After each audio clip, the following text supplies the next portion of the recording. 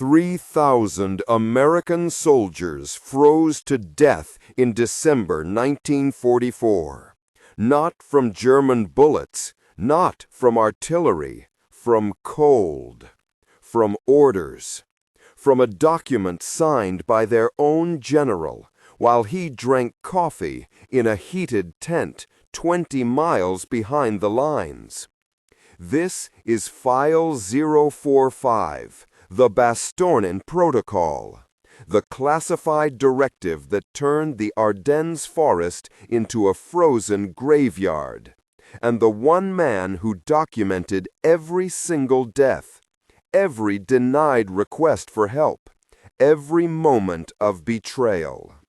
His name was Marcus Webb, Lieutenant Colonel, United States Army, 32 years old.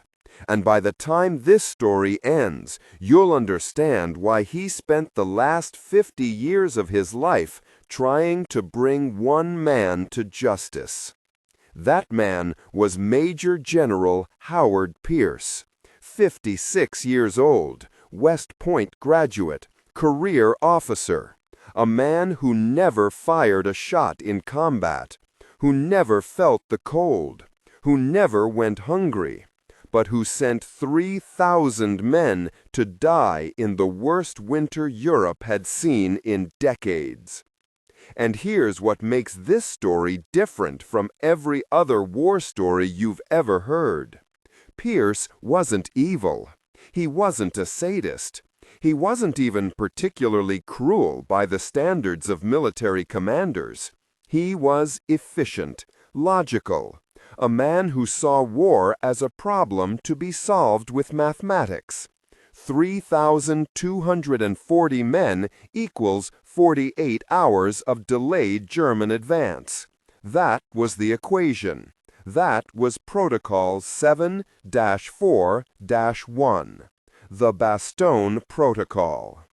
And tonight, over the next 90 minutes, you're going to see exactly how bureaucracy becomes murder, how good men follow bad orders, how a signature on a piece of paper can kill more efficiently than any weapon ever made. You're going to meet the men who froze, the officers who obeyed, the general who never paid for what he did, and the one man who refused to let history forget. This isn't just a war story. This is a story about the distance between comfort and death, between those who give orders and those who die following them, between a cup of coffee and a frozen corpse in a foxhole.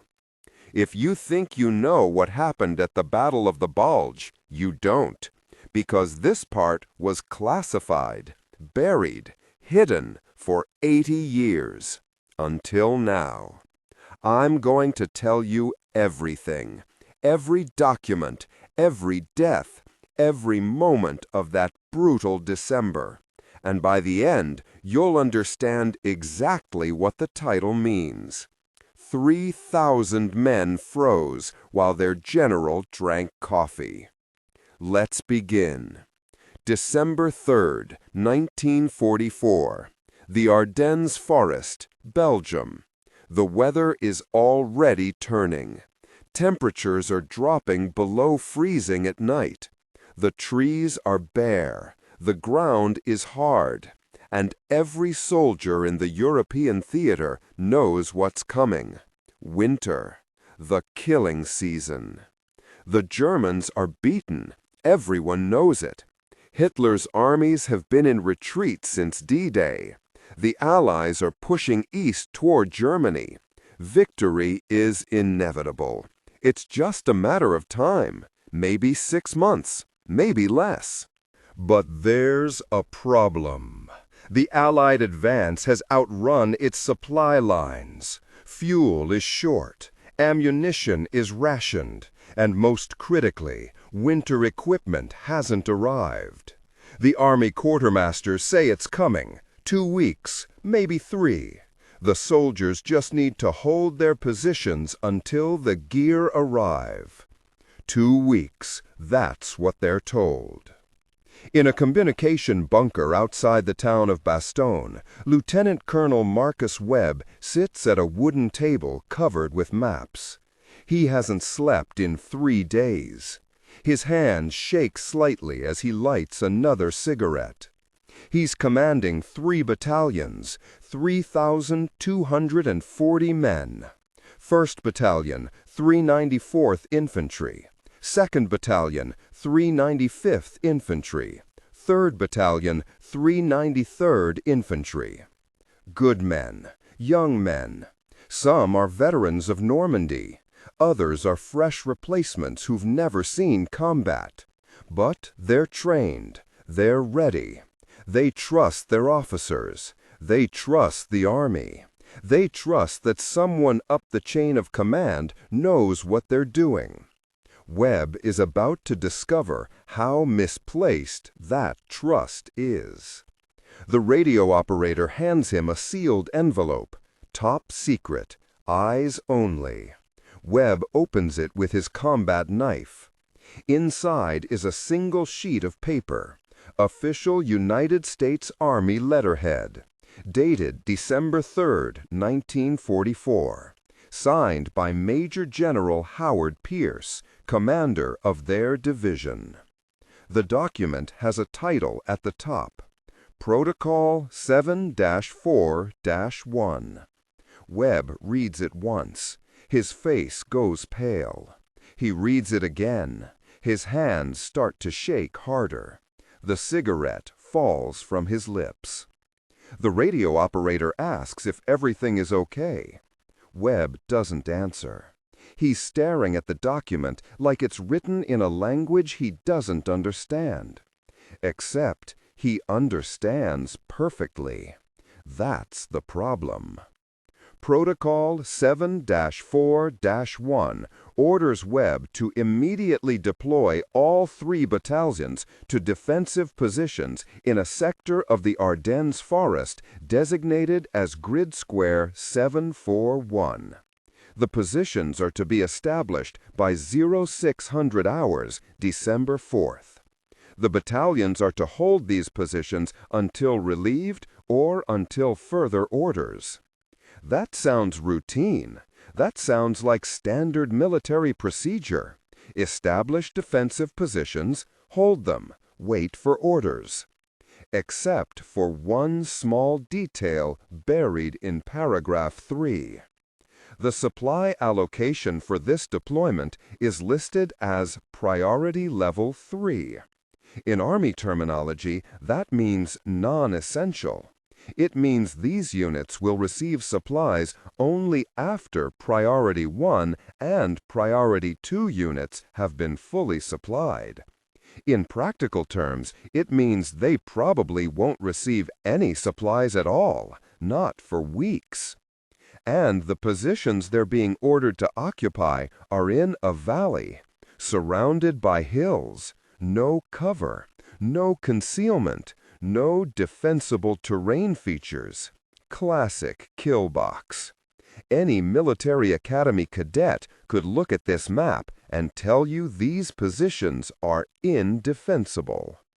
But that's not even the worst part. The worst part is in paragraph 5, the paragraph that specifies what equipment the battalion should carry with them. Standard combat load. 3 days of rations, standard ammunition allocation, and here's the critical phrase: winter equipment allocation pending arrival of division supply convoy estimated December 16th. December 16th. That's 13 days away. Webb does the math in his head. It's December 3rd. Nighttime temperatures are already hitting -10 Fahrenheit and dropping. The weather forecast predicts a major blizzard system moving in from the north. By December 6th, temperatures could be -20 or lower. His men have summer weight uniforms, standard issue coats, not rated for temperatures below freezing. They have no winter boots, No cold weather sleeping bags, no fuel for heating.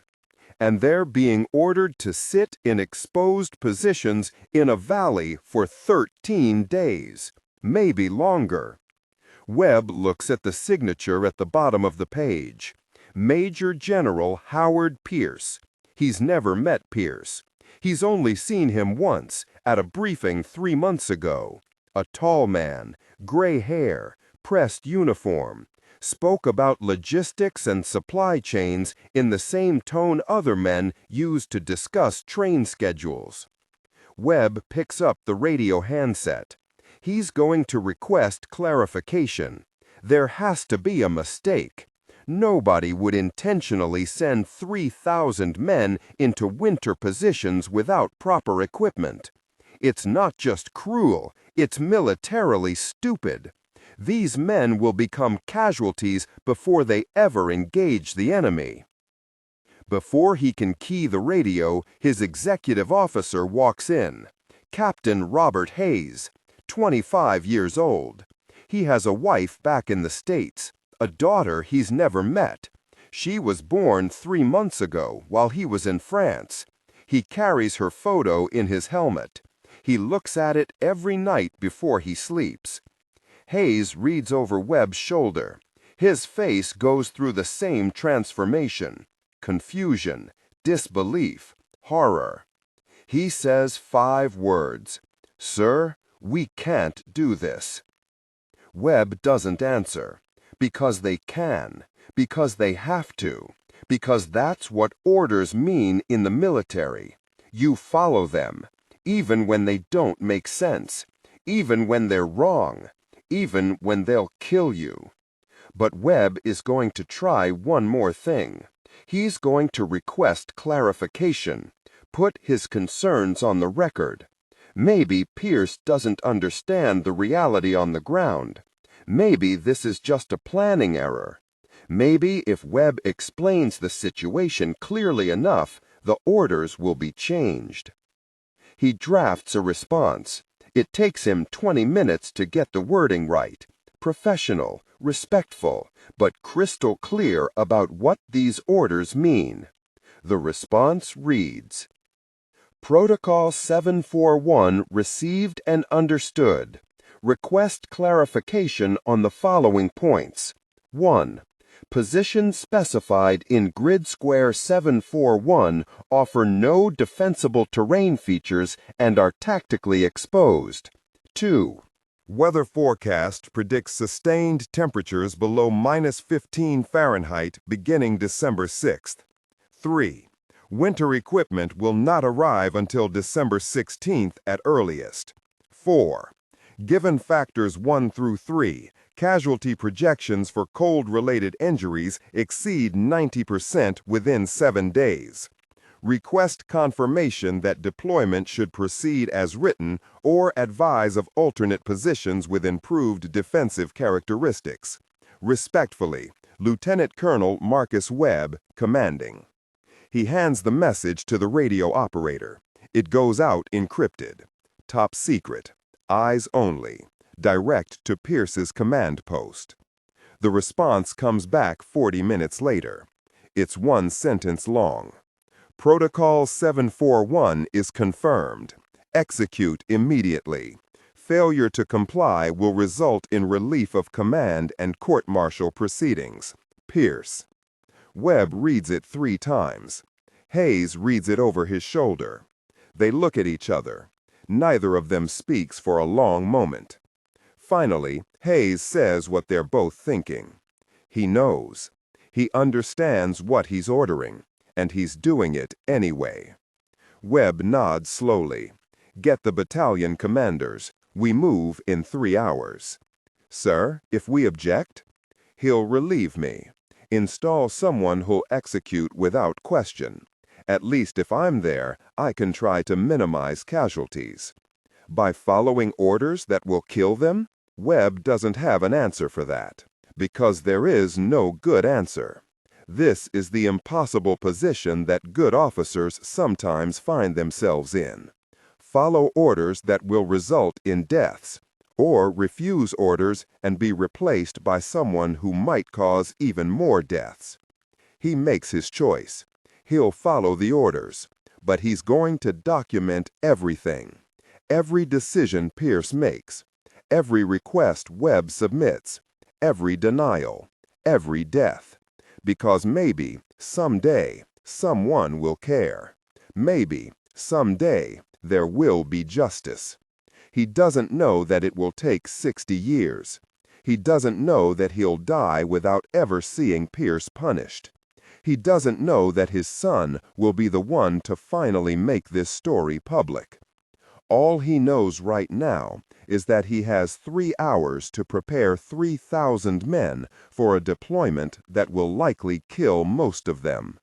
And 20 miles away, in a heated command post, Major General Howard Pierce pours himself another cup of coffee.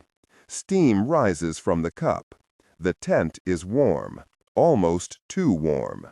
Pierce is wearing his service uniform without the jacket, comfortable. He's reviewing tactical maps with his staff, planning how to use the 48 hours that the sacrifice of those 3 battalions will buy him. He doesn't think about the men as human beings. He thinks about them as units, pieces on a board. 3 battalions equals approximately 3,200 men, equals 48 hours of defensive capability, equals time for his main force to reinforce and resupply. It's math, pure math, no emotion, no sentiment, just cold military logic.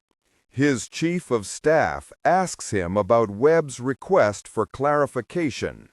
Pierce waves it away. Webb is a good officer. He'll understand once he sees the bigger picture. We're buying time for the main assault. Those positions need to be held for 48 hours. If we can delay the German advance in that sector for 2 days, we can bring up reserves and turn their flank. And if Webb's casualty projections are accurate? Pierce shrugs. That's why we call them projections. Weather can change. Resupply might arrive earlier than scheduled. And even if they take heavy casualties, they'll have served their purpose. That's what soldiers do. They hold positions. Sometimes that means they die holding them. He says this while sipping coffee. Expensive coffee. Not the burnt grain substitute the frontline troops drink. Real coffee. Imported. One of the perks of being a general. His staff doesn't argue. You don't argue with generals. You follow orders. Even when those orders feel wrong. Even when they're going to kill people. Because that's how armies work. Hierarchy. Obedience. Efficiency. Pierce signs 3 more operational orders before midnight. Then he retires to his quarters, a private tent with a cot and a kerosene heater. He sleeps well, 8 hours, uninterrupted. While he sleeps, 3,000 men march into the Ardennes forest in the dark. They're carrying 3 days of rations, standard ammunition, summer uniforms. They're cold already, and it's only going to get worse. Webb marches with them. He's not required to. He could command from the rear, but he's not that kind of officer. If his men are going into hell, he's going with them. By dawn on December 4th, all 3 battalions are in position. The men dig foxholes in frozen ground. It takes hours. The ground is hard as concrete. They use picks, shovels, bayonets. Their hands bleed through their gloves. Some don't have gloves. By noon, the positions are established. The men hunker down in their holes. They share body heat. They talk about home, about what they're going to do after the war, about girls and cars and jobs and futures. Some of them write letters, final letters, though they don't know it yet. Private Tommy Chen, age 20, from San Francisco, writes a poem about snow and betrayal. He's a literature student, or he was before the war. He's planning to teach high school English when he gets home. He's been accepted to Berkeley's teaching program. His acceptance letter is in his footlocker back at base camp. Sergeant Bill Morrison, age 23, from Tennessee, plays his harmonica, a hymn his mother taught him, Amazing Grace. The other men in his foxhole listen. Some of them cry. They don't know why. It just feels like the right thing to do. Lieutenant Jack Foster, age 26, from Ohio, makes mental notes about paint colors for the hardware store he's going to open. He's been planning it for 2 years. He has drawings, a business plan. He's even picked out the location, corner of Main and 5th in his hometown. Perfect spot, high foot traffic. These are the men who are going to die. These are their names. These are their dreams. Remember them, because their own command is about to forget them. The temperature drops to -15 that night, then -20. The first men start showing signs of hypothermia. Shivering becomes violent, then stops. That's when you know it's serious.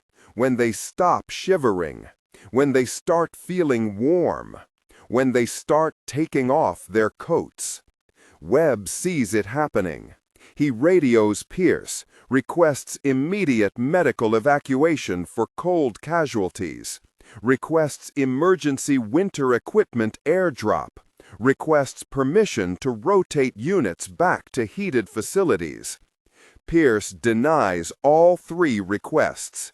Maintain radio silence except for enemy contact reports. Webb argues. Pierce terminates the communication. Webb tries again 2 hours later. Same result. By December 5th, the first deaths occur. Not from combat, from cold.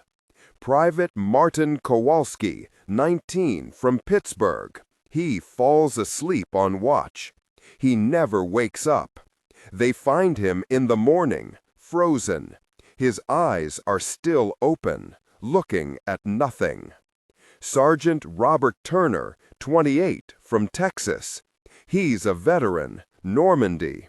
He knows battle, but he's never experienced cold like this. During a hypothermia hallucination, he takes off his coat, walks into the forest. They find him 200 yards from the line, frozen against a tree. He's smiling. That's what hypothermia does at the end. It makes you feel warm, happy, comfortable, right before it kills you.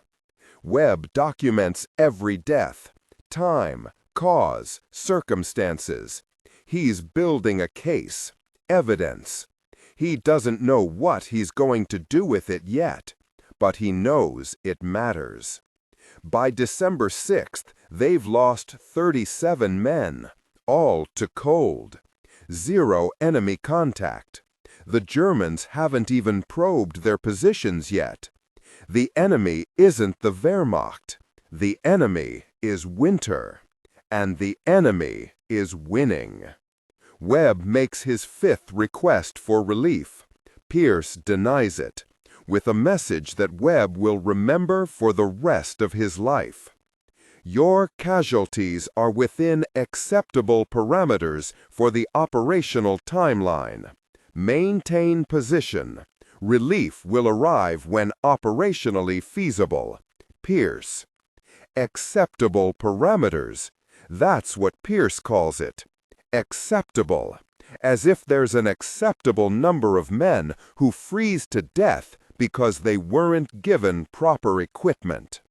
Webb shows the message to Hayes. Hayes's hands are shaking, not from cold, from rage. He says, "We could refuse. We could march them back. What's he going to do? Court-martial all of us?" "Yes," Webb says, "and replace us with officers who'll follow orders. At least we're documenting. At least someone will know. Will they care?" Webb doesn't answer, because he doesn't know. He hopes they will, but he's starting to doubt it. That night, the temperature drops to -25. A blizzard moves in. Visibility goes to 0. The men can't see 3 feet in front of them. They huddle in groups of 4 or 5, sharing coats, sharing body heat, trying to survive. Some of them burn their ration books for warmth. 30 seconds of heat in exchange for 3 days of food. They know it's stupid, but 30 seconds of warmth now feels more valuable than food later, because they're starting to suspect there won't be a later. Private Chen is still writing. His hands are black with frostbite. He can barely hold the pencil, but he keeps scratching words into his notebook. Poetry about snow and death and betrayal. His last poem is 7 words long. "They sent us here to die alone." He freezes during the night. Mid-sentence, the pencil still in his hand, the notebook still open. When they find him in the morning, the poem is visible. Someone tears the page out, folds it carefully, puts it in their own pocket. They don't know why. It just seems important. Later, this page will make its way to Webb. It will become part of his documentation, evidence. Sergeant Morrison tries to play his harmonica one last time. His lips stick to the frozen metal. The skin tears when he pulls away. Blood on his mouth. But he plays anyway. One more hymn. Amazing Grace. For the 3rd time. The last time. He puts the harmonica in his coat, against his chest, where it's warmest. He's trying to keep it from freezing solid. But really, he's holding it like a talisman. Protection. Hope. Something that reminds him of home. They find him the next morning, frozen, the harmonica still clutched against his heart. It didn't save him, but he died holding something that mattered. Lieutenant Foster stops talking about his hardware store. He stops making plans. He knows. They all know now. This isn't a defensive position. This is a sacrifice. They're bait. They're buying time with their lives. And nobody is coming to save them. Foster spends his last hours writing letters to his mother, his sister, his high school sweetheart who promised to wait for him. He tells them he loves them, that he's not afraid. It's a lie. He's terrified. But some lies are kind. He seals the letters in his coat, addresses them, hopes someone will find them, mail them, let his family know he thought about them at the end. December 7th. Over 800 men are dead, half from hypothermia, half from the German attack that finally comes. But by that point, most of the men are too weak to fight effectively. Their weapons are frozen, their fingers too stiff to pull triggers, their bodies too exhausted to move. The Germans advance slowly. They're shocked by what they find. American troops frozen in their positions. Some dead, some dying, some still trying to fight with weapons that won't fire. A German captain named Friedrich Müller walks through the captured positions. He sees the bodies, the frozen faces, the obvious signs of death by cold rather than combat. He writes in his diary that night. His words are preserved. "They're in archives now, available to anyone who wants to read them." He writes, "What kind of commanders do this to their own men? We are called barbarians, but we did not do this. The Americans call us inhuman, but their generals have forgotten what humanity means." Müller orders his men to give the surviving Americans food, blankets, medical care. Some of his officers object. These are enemy prisoners. Why waste resources on them? Müller's response is recorded. "Because we are soldiers, not monsters. There is a difference. I pray these Americans remember it when they write about us after the war." The surviving Americans, about 2,000 of them, are taken prisoner. Most are suffering from severe frostbite. Many will lose fingers, toes, feet. Some will die in the POW camps from complications, but they're treated better by their German captors than they were by their own command. That's the irony that Webb can never escape. The enemy showed more mercy than their own general. Webb surrenders with his men. He's carrying all his documentation. He's prepared for a court-martial. He wants one. He wants to testify. He wants the world to know what Pierce did. What he doesn't know yet is that the world won't care. Not for 80 years.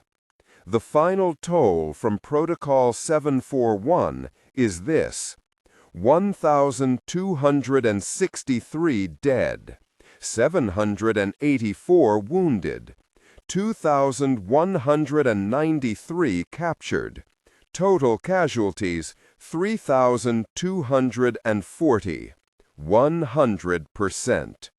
Not a single man made it back to American lines. But Pierce achieved his objective. The German advance in that sector was delayed by 51 hours, 3 hours more than projected. He files his after-action report. It describes a heroic defensive stand against overwhelming odds. It praises the ultimate sacrifice of the fallen battalions.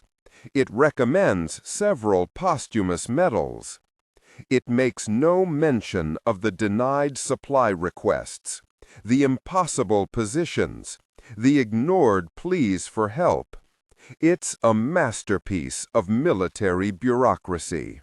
Every word technically true, the overall picture completely false. Pierce is never questioned about the operation. Why would he be? Wars are full of decisions that result in casualties. That's what war is. That's what commanders do. They make hard choices. They accept losses in pursuit of objectives. That's leadership. That's duty. Or so the story goes. But Webb knows different. Webb has documentation. Every denial, every death, every moment of this betrayal is recorded in his meticulous notes. Notes he hid in a waterproof pouch. Notes he buried near the old hunting lodge that served as his command post. Notes with a map sewn into his uniform lining. He's betting that he'll survive the war, that he'll be able to come back, that he'll be able to show the world what really happened. It's a long bet, but it's the only one he has. If you're still with me, if you've made it this far, here's where I need you to understand something important. This isn't about one bad general. This isn't about one wrong decision. This is about a system that allows this to happen, that protects the people who give these orders, that buries the evidence, that forgets the dead. Because what happens next is somehow worse than what's already happened. The war ends in May 1945.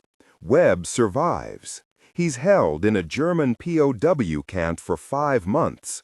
The conditions are harsh, but not as harsh as those foxholes in December. At least there's shelter, heat, food. Hayes doesn't make it. He dies in the camp in March from pneumonia. His daughter grows up never knowing her father. She receives a letter from him when she turns 18, written the day before he was captured, carried by another survivor.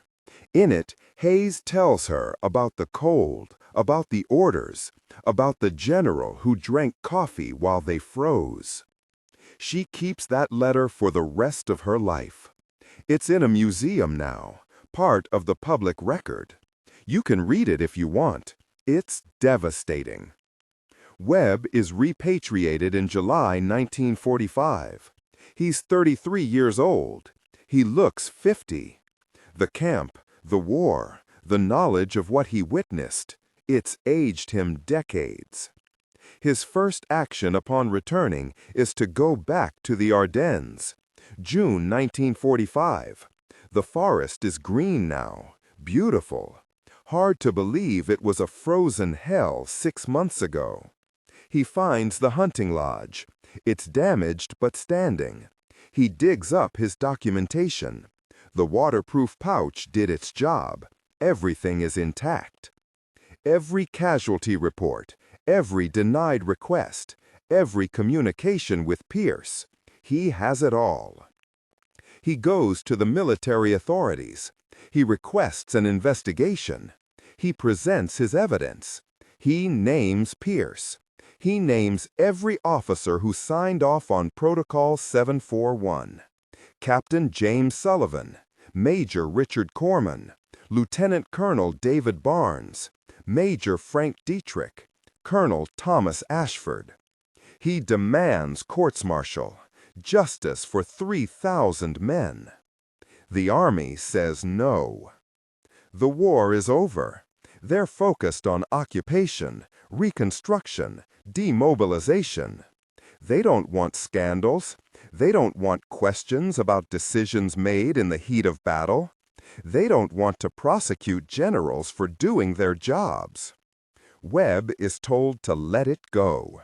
He's offered a promotion, captain to major, a medal, Bronze Star, anything if he'll just drop this. He refuses everything. He resigns his commission. He goes public. He contacts newspapers, the Washington Post, the New York Times. Some publish his story. Most don't. The country is tired of war. They want to move on. They want heroes, not villains. They want stories about victory, not stories about generals who sacrificed their own men. The few newspapers that do publish it run small pieces. Page 6, page 12. No follow-up, no investigation, no outrage. Webb's documentation is classified, filed away. Marked sensitive, not for public release. The military has its reasons: national security, morale, the reputation of the service, all valid concerns. All bullshit. The real reason is simpler. The Army protects its own, especially its generals, especially when admitting wrongdoing would open them up to lawsuits, compensation claims, damage to the institution's credibility.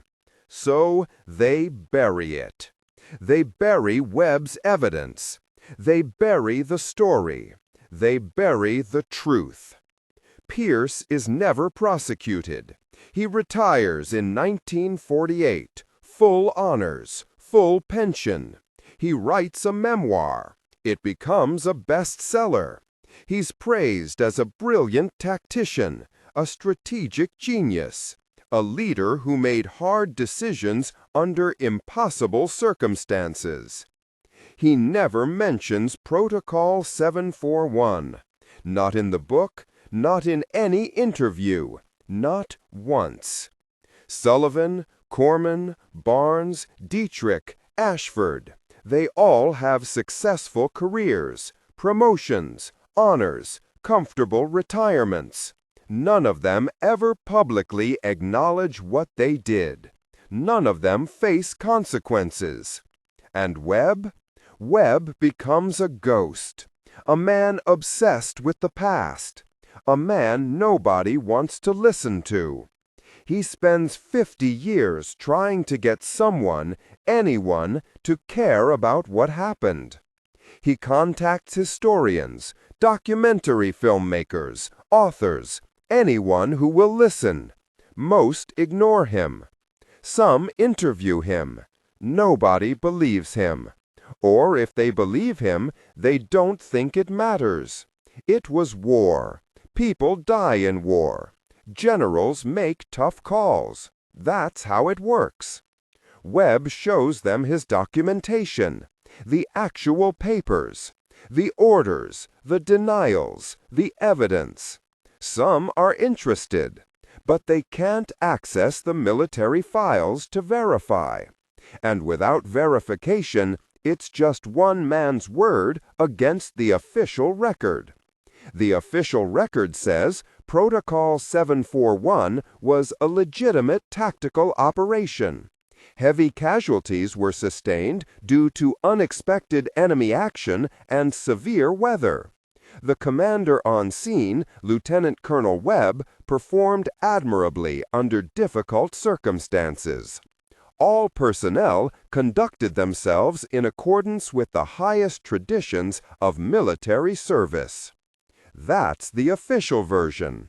Clean, professional, forgettable. Webb knows it's a lie, but knowing isn't enough. He needs people to believe him. He needs the documentation to be released. He needs the truth to matter. It doesn't. Not in his lifetime. He dies in 1998, January 7th. A VA hospital in Maryland. Heart attack. Quick, relatively painless. He's 86 years old. He's outlived Pierce by 25 years. He's outlived all the officers who signed Protocol 741. But he never saw justice. He never saw any of them punished. He never saw the truth acknowledged. His last words are to a nurse. She's young, mid-20s. She doesn't really understand who he is. Just another old veteran, one of thousands passing through the VA system. He grabs her hand. His grip is surprisingly strong for a dying man. He looks her in the eyes. And he says, "They murdered 3,000 men and nobody cared. Make them care." Then he dies. The nurse doesn't understand. She mentions it to the doctor. The doctor shrugs. Old soldiers, they all have stories, demons, things they can't let go of. But Webb's son is there, Marcus Webb, Jr. He's 56 years old. He grew up hearing this story. His entire childhood was shaped by his father's obsession with the Bastogne Protocol. He believed every word, even when nobody else did. And Junior has something his father never had. He has the internet. He has digital archives.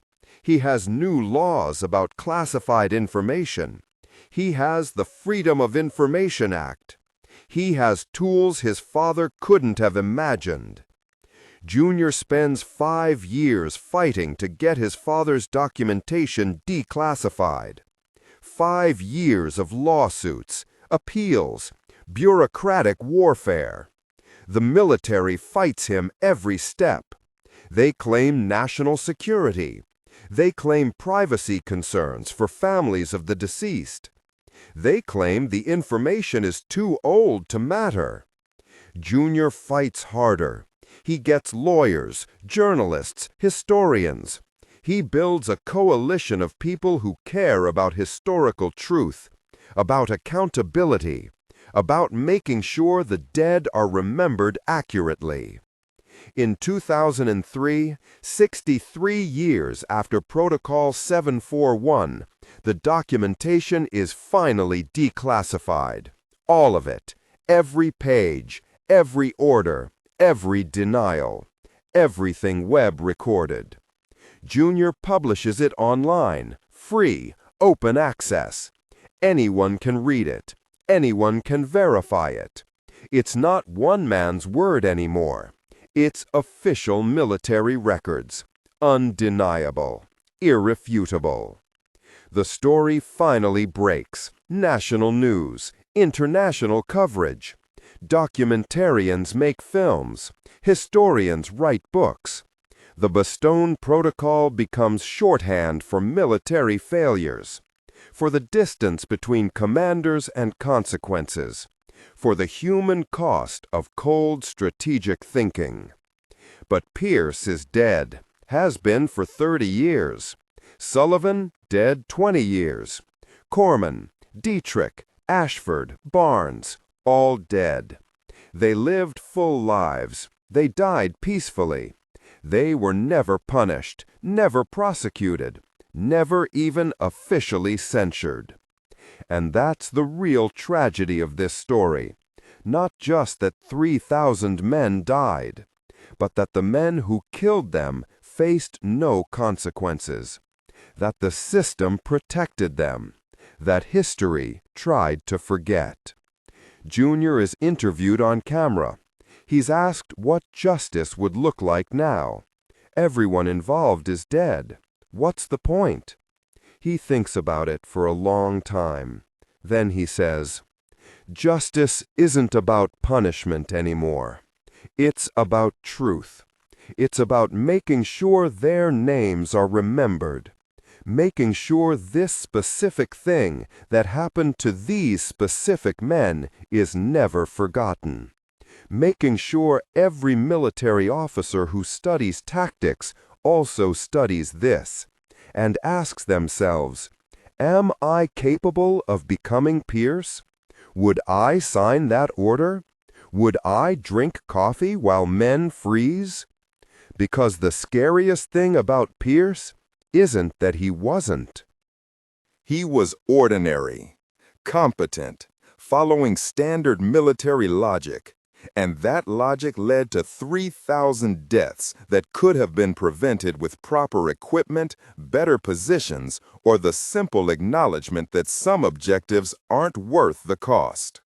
The interviewer asks the obvious question, has anything changed? Would this happen today? Junior doesn't answer immediately, because the honest answer is uncomfortable. Military logistics have improved. Equipment is better. Weather forecasting is more accurate. Communications are faster. But the fundamental dynamic hasn't changed. Officers in heated command posts still make decisions that are executed by soldiers in the field. The distance between comfort and consequence still exists. The temptation to see men as units rather than humans is still there. So would it happen today? Maybe not exactly the same way, but something like it? Some situation where strategic objectives are pursued despite human costs that could be mitigated. Some scenario where the people giving orders are insulated from the reality of those orders? Yes, it could happen. It probably has happened. It's probably happening somewhere right now. Different war, different circumstances, same fundamental problem. That's why this story matters, not as history, as warning. Let me tell you about the 3 men I mentioned at the beginning. Tommy Chen, Bill Morrison, Jack Foster. I want you to know what happened to them specifically, because they're not just statistics. Tommy Chen's body was recovered in 1946 during the repatriation of American war dead. He was identified by his dog tags. His parents received a telegram. Their son died heroically in defense of freedom. Standard language. Technically true, completely misleading. His poetry notebook was found with him. The pages were damaged, waterlogged, frozen, but some were legible. His final poem, "They Sent Us Here to Die Alone," was preserved. It's in the National Archives now. Item number RG493B2847. You can request to see it. They'll show you a photocopy. The original is too fragile. Tommy's parents never knew the real story. They died in the 1970s thinking their son died fighting Germans. That's probably better. Some truths are too painful. But Tommy's younger sister is still alive. Her name is Jennifer Chen Porter. She's 92 years old. She lives in San Francisco. When Junior published the Bastogne Protocol documentation, she read it, all of it. She learned what really happened to her brother. She was interviewed for a documentary in 2008. She said, "For 60 years, I thought Tommy died a hero. Then I learned he died because someone decided his life was worth 48 hours.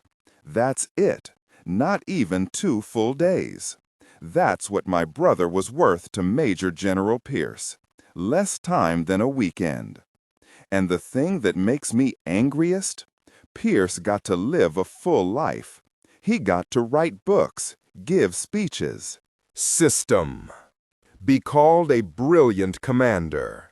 He got 73 years of life.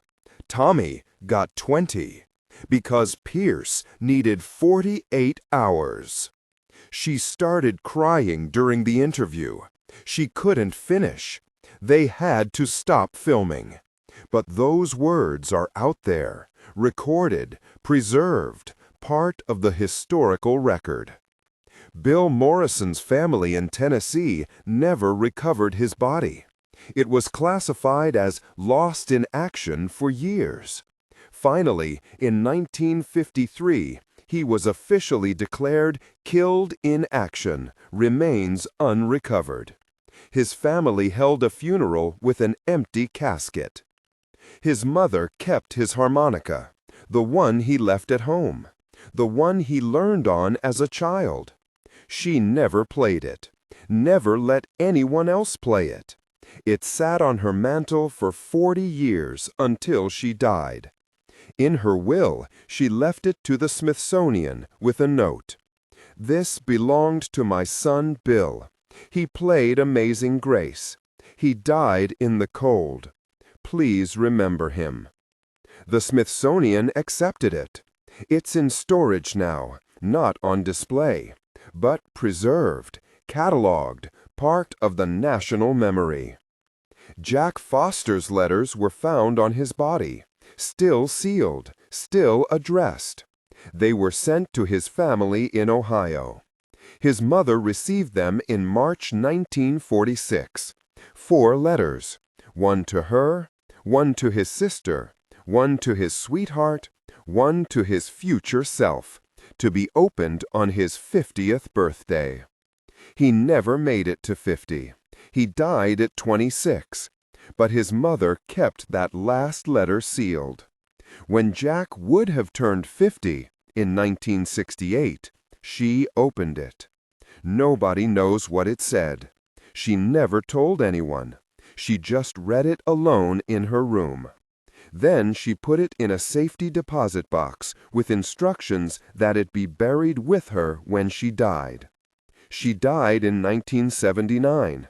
The letter was buried with her. Whatever Jack wrote to his 50-year-old self went into the ground unopened by anyone else. That was her choice, her way of protecting her son's privacy, his dreams, his voice. But his other letters survived. They're published now, part of the historical record. In the letter to his mother, he wrote, "Mom, I don't know if you'll ever read this, but if you do, I want you to know I'm not afraid. I'm cold. We're all cold. But I'm not afraid. I'm with good men. We're doing our duty. We're holding our position, like soldiers are supposed to do. I want you to know that when this is over, I'm opening that hardware store. Corner of Main and 5th, remember?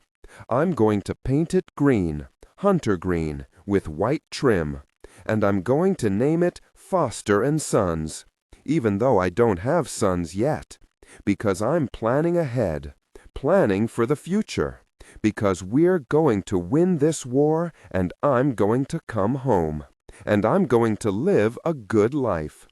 Tell Sarah I love her. Tell her to wait for me.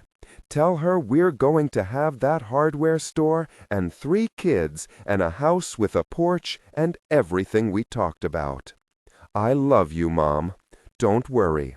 I'll be home soon." He wasn't. He died 3 days after writing that letter. He froze to death in a foxhole in Belgium. He never opened the hardware store. He never married Sarah. He never had kids. He never came home. Sarah did wait. She never married. She kept Jack's photo on her dresser for 60 years. She died in 2006. In her obituary, it listed her as Sarah Foster, though they were never married. She took his name anyway. In her heart, she was his wife. They just never got the chance to make it official. These are the human costs. These are the real consequences of Protocol 741. Not just 3,000 dead, but all the lives those 3,000 would have lived. All the children they would have had. All the futures that ended in the frozen Ardennes. Multiply these 3 stories by 1,000, by 3,000. That's the real toll. That's what Pierce's mathematics never accounted for. Now, let me tell you about Pierce, because you need to understand him too. He's not a villain in a movie. He's not pure evil. He's something more disturbing.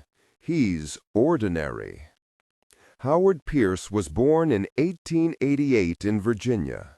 His father was a career Army officer. His grandfather served in the Civil War. Military service was the family tradition. He attended West Point, graduated in the middle of his class, solid but not exceptional. His early career was unremarkable. He served in various logistics and administrative positions. He was good at planning, organization, supply chain management. He was promoted steadily, not because he was brilliant, because he was reliable, competent. He did his job well. He saw action in World War I, but not much. He was assigned to rear echelon planning units. He coordinated supply movements, troop rotations, logistics. He was good at it. Really good. He got noticed. By the time World War II started, he was a colonel, then a brigadier general, then a major general. He married in 1920. His wife's name was Margaret. They had 3 children, 2 sons and a daughter. The sons both followed their father into military service. The daughter married a doctor. Pierce was, by all accounts, a good father. He attended his children's school events, coached Little League, was home for dinner most nights. His neighbors liked him. His subordinates respected him. His superiors valued him. He was the kind of officer who made the Army run smoothly, efficient, organized, professional. And in December 1944, that efficient, organized, professional officer signed an order that killed 3,000 men. Not because he was cruel, because it made sense on paper, because the math worked out, because that's what the mission required. After the war, he returned to that ordinary life. He lived in Arlington, Virginia. He gardened. He played golf. He attended church. He was a member of the Rotary Club. He gave talks to Boy Scout troops about duty and honor and service. He wrote his memoir in the 1950s. It was well received. He did book tours. Signed copies. Gave interviews. He was charming, articulate, thoughtful. He talked about the challenges of command, the weight of responsibility, the burden of making decisions that affect lives. He never mentioned Protocol 741. When asked about difficult decisions, he gave general answers, abstract responses.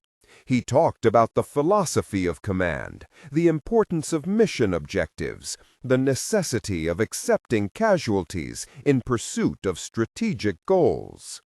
All true, all reasonable, all completely disconnected from the specific reality of what he did. He died in 1973, heart attack, at home in his bed, quick, painless. He was 85 years old. He'd lived 30 years longer than most of the men he sent to freeze.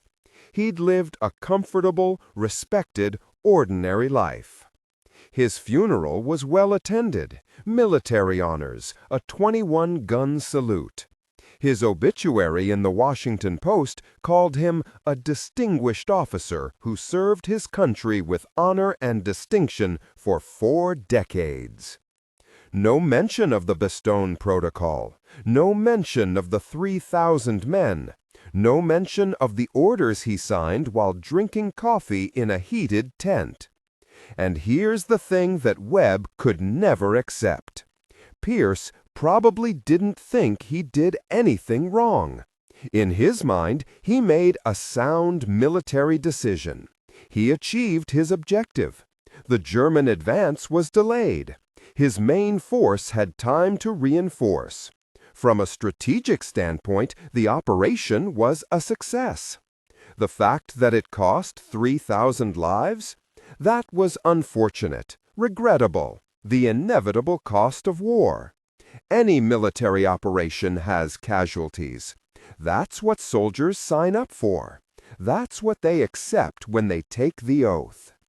Pierce probably never lost sleep over it, never had nightmares, never questioned his decisions. Because from inside his framework, his worldview, his understanding of military necessity, he did the right thing. The hard thing, the thing a commander has to do. That's what makes this story so disturbing. Not that evil exists, but that ordinary people can do terrible things while believing they're doing their duty, while being respected, while living good lives, while never facing consequences. Because if Pierce was a monster, we could write this off as an aberration, a rare evil. But he wasn't. He was normal, average, the kind of officer who runs armies. Which means this kind of thing can happen again, is probably happening, has probably always been happening. And that's the real horror of the Bastogne Protocol. We're at 75 minutes now, 15 minutes left. Let me bring this home. After Junior published the documentation in 2003, something interesting happened. The Army was forced to respond. They couldn't ignore it anymore. Not with all the evidence public. Not with media coverage. Not with historians and journalists and documentary filmmakers all asking questions. So they commissioned an internal review, a board of inquiry. System. To examine the decisions surrounding Protocol 741. To determine if proper procedures were followed, to assess whether any wrongdoing occurred. The review took 2 years. It was thorough, comprehensive. It examined every document, interviewed every surviving witness, consulted with military historians and ethics experts. The conclusion, published in 2005, was this: Protocol 741 was executed in accordance with standard military procedure for the time period. While the casualties sustained were significant, they were not outside the range of expected outcomes for defensive operations in winter conditions. The commanders involved made decisions based on the information available to them and the strategic requirements of the situation. No evidence of criminal intent or gross negligence was found. In other words, nobody did anything wrong. This was just war. Casualties happen. Move along. The report did make one small acknowledgement. It noted that current Army doctrine places greater emphasis on force protection and would likely approach similar situations differently with the benefit of modern equipment, weather forecasting, and logistics capabilities. Translation: we probably wouldn't do it exactly like this today, but it wasn't wrong then. Junior was devastated. He'd spent 5 years fighting to get the documentation released. He'd expected something: acknowledgement, apology, admission that this shouldn't have happened. Instead, he got bureaucratic language that essentially validated what Pierce did, that said the system worked exactly as intended. But something else happened too, something the Army report didn't account for. The story spread. It entered the public consciousness. It became part of how people think about military command, about the distance between those who give orders and those who follow them, about the human cost of strategic thinking. The Bastogne Protocol is now taught at military academies, not as an example of wrongdoing, but as a case study in command decision-making. Students debate it, argue about it. Some defend Pierce, some condemn him. The arguments get heated, passionate, because this story forces people to confront uncomfortable questions. Would you make that decision? If you were in Pierce's position, with the information he had, with the pressure he was under, would you sign that order? Would you sacrifice 3,000 men for 48 hours? Some students say yes. With proper tactical justification, with clear strategic necessity, that's what command means. Making hard choices, accepting casualties. That's war. Some students say no. No objective is worth deliberately sending men into positions where they'll die from cold. You find another way. You refuse. You resign. You don't sign that order. Most students aren't sure. They go back and forth. They argue with themselves as much as with each other, which is exactly the point. This shouldn't be easy. This shouldn't be clear-cut. If it is, you're not thinking hard enough. And that's the legacy that Webb created. Not justice in the traditional sense, not punishment for Pierce, but a conversation, a debate, a question that refuses to go away. Every officer who studies the Bastogne Protocol has to ask themselves, what would I do? Am I capable of becoming Pierce? That's the value of Junior publishing the documentation. That's why the fight to declassify it mattered. Not because it changed the past, because it might change the future. Maybe the next officer facing a similar decision will remember this story. Will remember the 3,000 men who froze. Will remember that efficiency isn't the only value. that mathematics doesn't capture everything that matters, that there's a human cost that sometimes exceeds the strategic benefit. Maybe. We're at 85 minutes, 5 minutes left. Let me leave you with this. In 2019, a memorial was erected in Bastogne, a private memorial funded by Junior and other families of the victims. The Belgian government provided the land. The American military sent representatives to the dedication ceremony, not officially, unofficially. They couldn't officially acknowledge the Bastogne Protocol without implicating the institution. But individuals came. Officers, historians, people who wanted to remember. The memorial is simple. A wall of black granite. 3,240 names, engraved. Every man who was part of Protocol 741. Whether they died in the cold, died in combat, died in POW camps, or survived the war, their names are there. At the top, a single line. They were sent, they obeyed, remember them. No mention of Pierce, no mention of the orders, no judgment, just names, just memory. Junior died in 2021, COVID-19. He was 79 years old. He never stopped working on this story. His last project was a comprehensive database of every soldier in those 3 battalions. Full biographical information, photos where available, life stories, what they did before the war, what they wanted to do after, what they never got to do. It's online now, public access.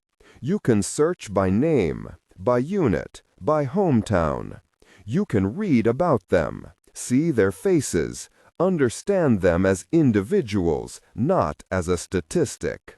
That's the final answer to Pierce's mathematics. You can't reduce 3,240 men to a number in an equation. Each one was a person. Each one had a life, a family, a future. Each one mattered. And that's what this 90-minute documentary is really about. Not the tactical details of Protocol 741, not the military analysis, not even the question of Pierce's guilt. It's about the 3,000 men who froze while their general drank coffee. It's about Tommy and Bill and Jack and all the others whose names you'll never know. It's about the distance between comfort and death. Between those who give orders and those who die following them. Between a signature on paper and a frozen body in a foxhole. It's about making sure that distance is never invisible, never forgotten, never treated as just the cost of doing business. Because if we forget, it will happen again. Maybe not exactly the same way, but close enough. Different names, different place, same fundamental failure of humanity. So remember them.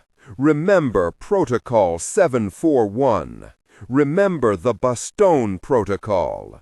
Remember the 3,000 men who deserved better than they got. Remember that behind every number is a name.